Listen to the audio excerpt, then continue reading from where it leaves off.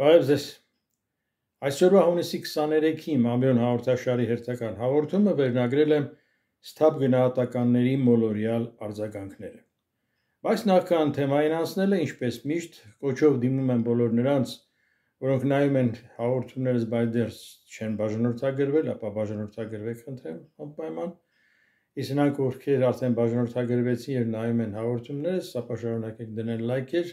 որովհետև ձեր լայքերով իմ Ամասի Հովհաննիսյանի YouTube ալիքը ավելի է տարածվում։ Իսկ հիմա ասնեմ բուն նյութին եւ այսպես սթափ գնահատականների մոլորյալ արձագանքները։ Անցյալ շաբաթ ես առիթ ունեցա դիտել Հայ ազգային կոնգրեսի փոխնախագահ Արամ Մանուկյանի հարցազրույցը, որը վերաբերում էր Հայաստանում եւ մասնավորապես տարածաշրջանում տեղի ունեցող իրադարձությունների նրա գնահատականների։ Միանգամայն սթափ, միանգամայն իրատեսական գնահատականներ այս ամբողջ իրադարձությունների վերաբերյալ։ Հարցը դա չի, հարցը այն է, որ հետո ես կարդացի մի քանի արձագանքներ այդ ելույթի վերաբերյալ։ Դրանցից մեկը ես հիմա կընթերցեմ եւ կշարունակեմ։ Ուրեմն օկտատերերից մեկը մի կին, որը թվում է թե գոնե այն նրանցից չի, որ դեմքը թաքցրել է, կան չէ, լիքը տրոլներ, որոնք վերացական շուտ անվանումներով, անուններ չանվանումներով, առանց դեմքը բացած ինչ որ մեկնաբանություններ են անում։ Չէ, այս կինը միանգամայն իրական կերպար է եւ հիմա Արամ Մանուկյանին արձագանքում է հետեւյալ կերպ.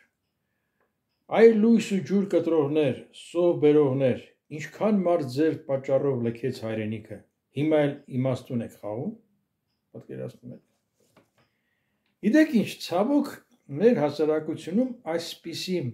մտածողության մարդիկ քիչ չեն։ Սրանք մեծ մի մասը մոլորյալ են, մի մասն էլ, որ ավելի շատ են, միտումնավոր մոլորյալներ են։ Ուրեմն սրանք չեն պատկերացնում, որ սրանք են մթից ցրտի տարիների այդ մղձավանջային գաղափարներով մնացել են հողանցումների տակ։ Չէ, դրանք են, չէ, ասում դիտավորյալ իշխանությունները եղած էլեկտրաէներգիան հողանցում են, որ բնակչությունը էլեկտրաէներգիայից լույսի չօգտվի։ Այս աստիճան ապուշություն եւ այդ ապուշությանը հավատացողներ այդքան էլ շատ քիչ չէին։ Գիտեք, գոնե սրանք հաստատ սովետական ֆիլմերով բան արած, դաստիարակված այդ դրանցով անցած մեծացած էակներ են, որոնք որ այդպես էլ մարդ չդարձան, այլ մնացին հոմո սովետիկուս կամ կենսազանգված, որ գոնե պետք է հասկանային, իմանային, որ պատերազմ էր, ահեղ պատերազմ, այդ պատերազմը մեզ համար պակաս ծանր չէր, քան հայրենական մեծ պատերազմը, ինչպես պատմության մեջ է գրվում, սովետական միության համար։ Լիակ կայսրության փլուզում, ահեղ կործանիչ երկրաշարժ, տասնյակ հազարավոր գաղթականներ, անտուններ, լիակատար շրջափակում եւ պարտադրված պատերազմ։ Սրա դեմ մենք մաքարեցինք, պայքարեցինք եւ հաղթեցինք, անցանք այս փուլը, հաղթանակով, պատվով, ինչ ասեմ։ Բայց սրանք իսկ ով է ասել, որ պատերազմի ժամանակ պետք է չրաղվան լիներ լույսերի, հա? Երբ ամեն շաբաթ հակառակորդը պայթեցնում էր Հայաստան մտնող գազամուղը, որով սնվում էին Հայաստան էլեկտրակայանները, ատոմակայանը փակված էր, դեռ նախքան պատերազմը խորհրդային միության քաղբյուրոյի որոշմամբ, այնպես չի, որ դրանք էլ ասում են, թե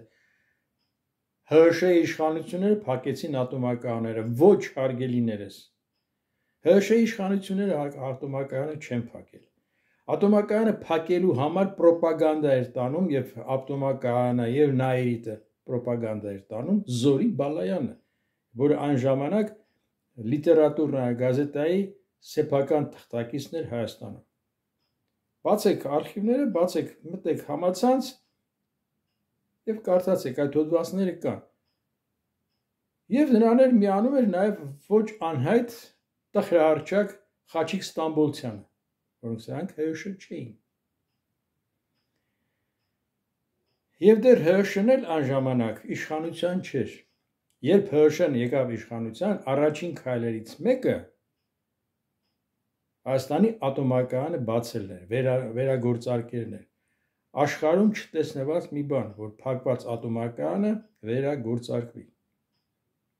Եվ այն պահից, երբ ատոմակայանը վերագործարկվեց, արդեն Հայաստան մտնող գազամուղի պայթեցումները դարձան անիմաստ եւ դադարեցին այդ գազամուղների պայթեցումները, թեպետ նաեւ այդ ուղղությամբ էլ Հայաստանում տարվել են աշխատանքներ։ Հիմա եւ այս մտածելակերպը, մտածողությունը մեխված է որոշների ուղեղներում, որոշ ոնց ասեմ, կենսազանգվածների ուղեղում, հասկանում եք։ Եվ ինչ որ ամեն ինչ չեն հասկանում, որ ինչ է եղել եւ ինչ են հասել հիմա։ Հիմա այն ժամանակը, որ դա կոչվեցին հաղթանակի, մաքարման, վեհության, ինչ ասեմ, հպարտության տարիները կոչեցին մթի ու ցրտի տարիներ, եւ այդպես էլ մնաց նրանց հոգիներում, ուղեղներում այդպես դաջված, ու հիմա էլ վայելում են այն, ինչ որ ցանել են։ Բարիզմուն իմաստով ու նաեւ ուզում եմ նորից մեջ բերել այդ վերոհիշյալ տիկնոջ մի նախադասություն եւս, որտեղ ասում է ինչքան մարդ ձեր պատճառով լքեց հայրենիքը։ Չէ։ Հաշի պատճառով չեն լքել հայրենիքը։ Հայրենիքը լքել են պատերազմի պատճառով եւ իրենց զավակներին փախցնելու պատճառով։ Որ չգրան, հանկարծ չզորակոչվեն, չգրան կռիվ։ Թեպետ այդ պատերազմի ժամանակ մեծ մասը կամավորներ էին։ Իհարկե լինում էին եղավ նաև զորակոչներ։ Բա ինչ էիք ուզում։ Պատերազմ էր։ Մեծ պատերազմ էր։ Ու հիմա մեկ էլի մարդիկ գիտեն, որ անձնական զրույցների ժամանակ կշտամբել են ՀՀ իշխանություններին, ինձ էլ համարելով այդ իշխանության մի մաս, որ մեր պատճառով են մարդիկ լքել հայրենիքը, դարձել են պանդուխտ։ Ասում եմ, եղբայր, եթե ժամանակ էր, հիմա ժամանակները վաղուց փոխվել են, բա ինչու հետ չեք գալիս։ Պանդուխտ կոչվածներ լավ է տեղավորվել են, եւ իրենց զավակներն էլ այնտեղ են հասցրել առանց բանակի, առանց բանի։ Ու նաեւ գիտեք, արվեստագետների մեջ էլ կան, արվեստատգետներ, ներեցեք, բայց փաստը պետք է նշեմ։ Որովհետեւ չեմ մոռանա մի դերասանուհու, որը որ միջակ կարողությունների դերասանուհի էր, բայց շնորհիվ PR-երի ինչ որ իրեն ներկայացնում էր պրիմադոննա, եւ գաղթեց Հայաստանից հեռացավ Ֆրանսիա։ Եվ հետո անունը չեմ տա, ով կհասկանա, ով մասին է խոսքը, թող հասկանա, ով չէ, որովհետեւ անցյալների մասին ասում են կամ լավ, կամ ոչինչ։ Հիմա լավը չեմ կարող ասել, բայց ոչինչն էլ ընդհանուր առմամբ եմ ասում կոնկրետ օրինակ։ Դրա վերջը մի խոսքով, երբ արդեն նա արտասահմանում էր, հարցազրույց է տալիս մի թերթոնի, որը որ միտումնավոր դաշնակցական թերթ էր կարծեմ, եթե չեմ սխալվում։ Եվ պատճառաբանում է իր հայրենիքը լքելու պատճառ, ասելով, որ Հայաստանում պատերազմ է, լույս չկա, ջուր չկա, սառնամանիք, տունը չի ջեռուցվում, իսկ ինքը կին է, ինքը չի կարող ապրել առանց ամենօրյա առավոտյան լոգանքի։ Պատկերացնում եք։ Ինքը չէր կարող ապրել առանց ամենօրյա լոգանքի։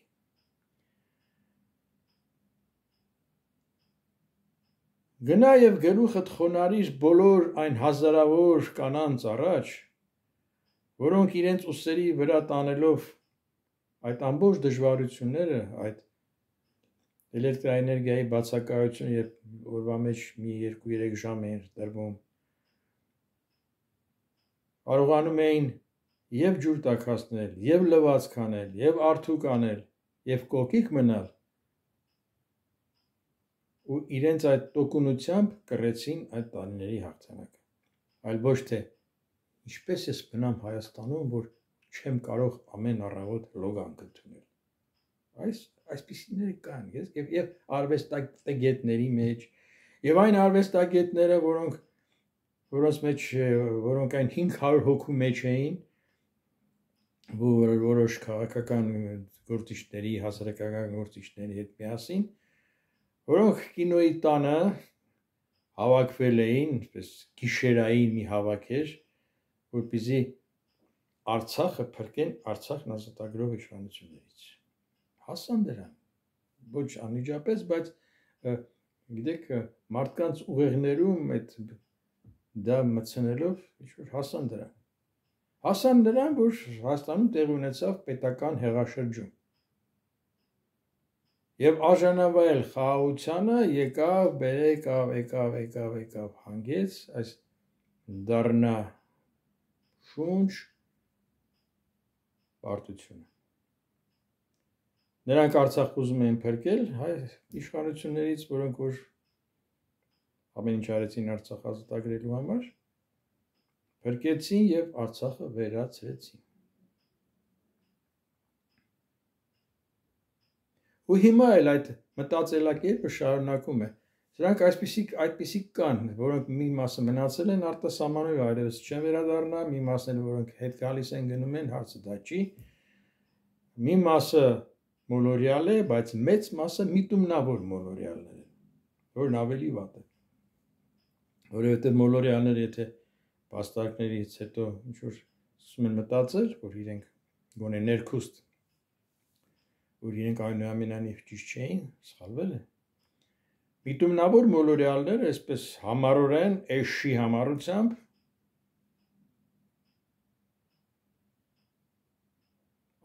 էշի համառությամբ համոզմունք են հայտնում եւ շրջապատին էլ համոզում են, փորձում են համոզել, որ մթի եւ ցրտի տարիներ են եղել, այսպես կարճ, այսպես ընդհանուր ձևով ասած։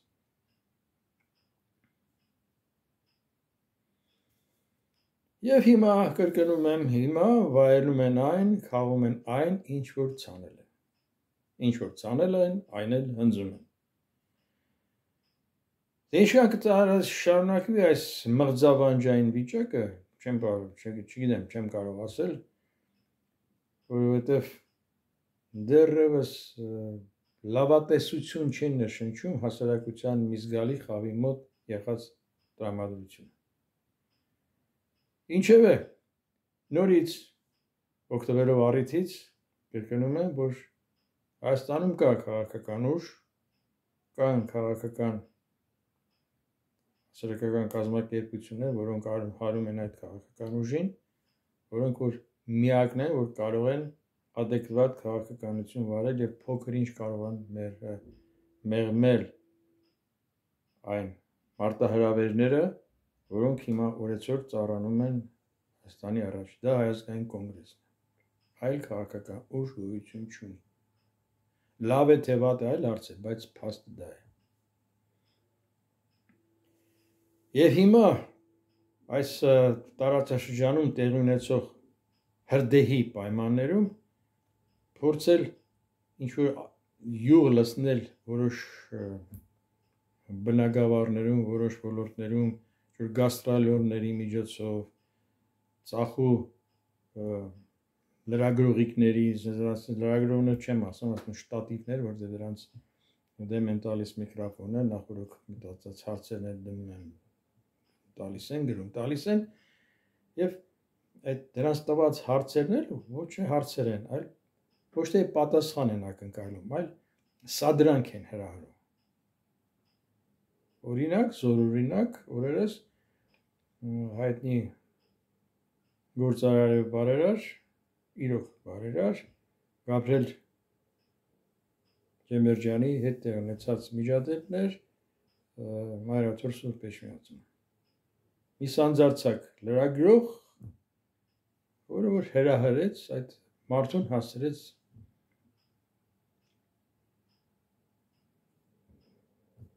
ինչ ասեմ։ Եվ այդպիսիները փորձում են ճոճել այն նավակը, որ փոթորկի մեջ է հայտնվել, որտեղ տարածաշրջանում փոթորկալից իրավիճակ է, մոլեգնում է հրդեհ։ Բավական է, գիտեք, նույնիսկ նայել Radar 24, Fly Radar 24 հավելվածով, թե ինչպիսին է թրաֆիկը երկնքում, ապա Հայաստան, Վրաստան եւ Ադրբեջանը այն նեղ շերտն են մնացել, որոնցով որտեղով հնարավոր են ավիափոխադրումներ Եվրոպայից Ասիա, Ասիայից Եվրոպա կարճ։ Այդ հետևություններն արեք։ Ում դա ձեռնտու չի, որ այդ միջանցքներ գոնե մնա։ Դեպի վերևել նայեք, որ երկրների օդային տարածքներն են փակ,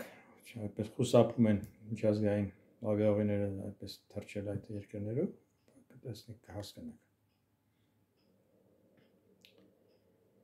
Այսօր այսքանը, բայց նախքան ցտեսություն ասելը, նախքան ավարտելով իմ այսօրվա հաղորդումը, որ վերնագրել էի